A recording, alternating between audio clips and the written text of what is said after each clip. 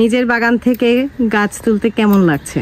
লাল শাক এই অনুভূতি বলে বোঝানোর মতো না। আর এই যে এটা হলো আমাদের পাট শাক, সিলেটিরা আমরা বলি নালি শাক।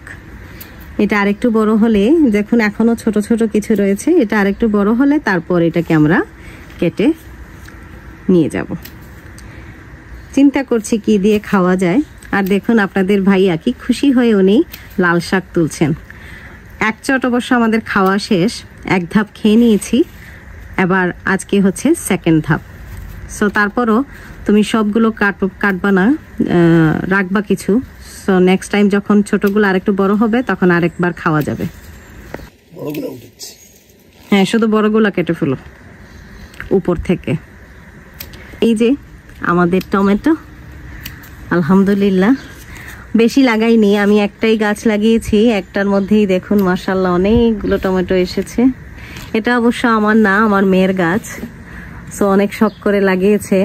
বাগান করতে গেলে অনেক সময় লাগে, সেজন্য সত্যি কথা বলতে সময় দিয়ে পারি না। ধরেছে আমাদের বেগুন, বেগুনি অনেকগুলো ফুল ছিল, আজকে এটা কেটে নিয়ে যাব। একটাই আছে, বা অনেকগুলো ফুল ছিল, কিন্তু আমাদের এখানে র্যাবিট আছে, খরগোশ, খরগোশটা কেটে মানে সব ফুলগুলো একদম মানে ছিঁড়ে ফেলে দিয়েছে। সো আজকে এই বেগুনটাও নিয়ে যাব। এই যে দেখুন আমার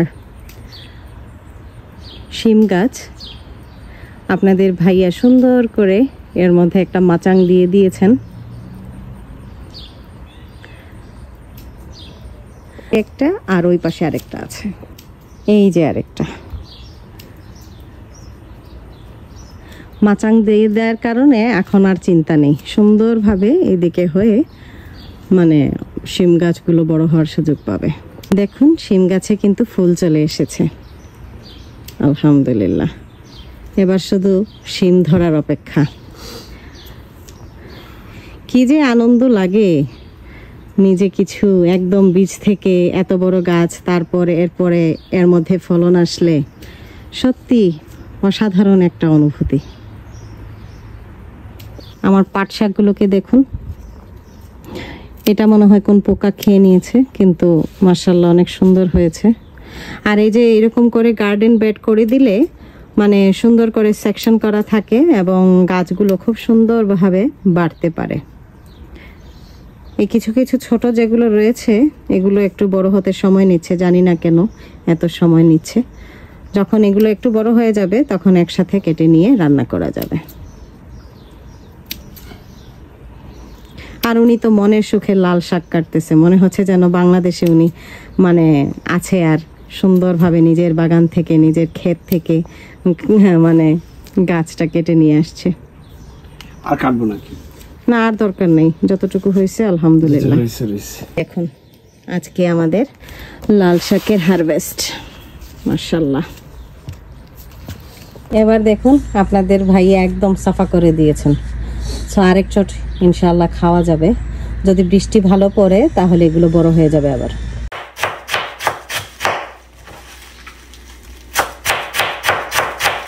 এবার দেখুন গাছ থেকে লাল শাক তুলে এনে তারপর উনি কাটছেন, তারপর ওনাকে মজা করে রান্না করে দেওয়া হবে।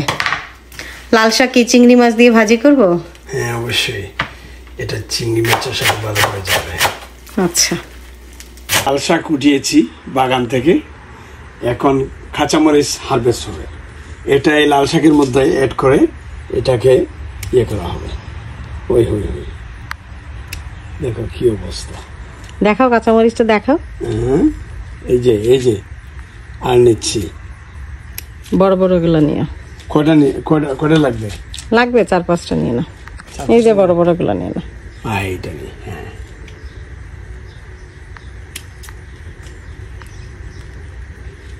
এরপর কোথায় গেল? এটা নিয়ে নেই, নিচে পড়ে গেছে।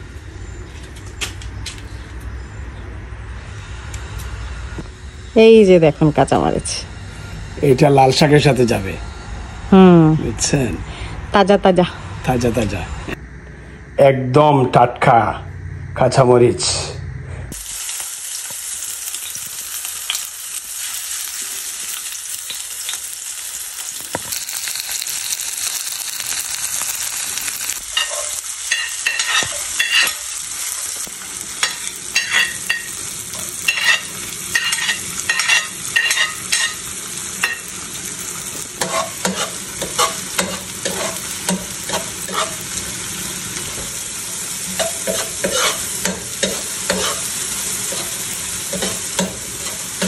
পাকা রাঁধুনি। পাকা রাঁধুনি।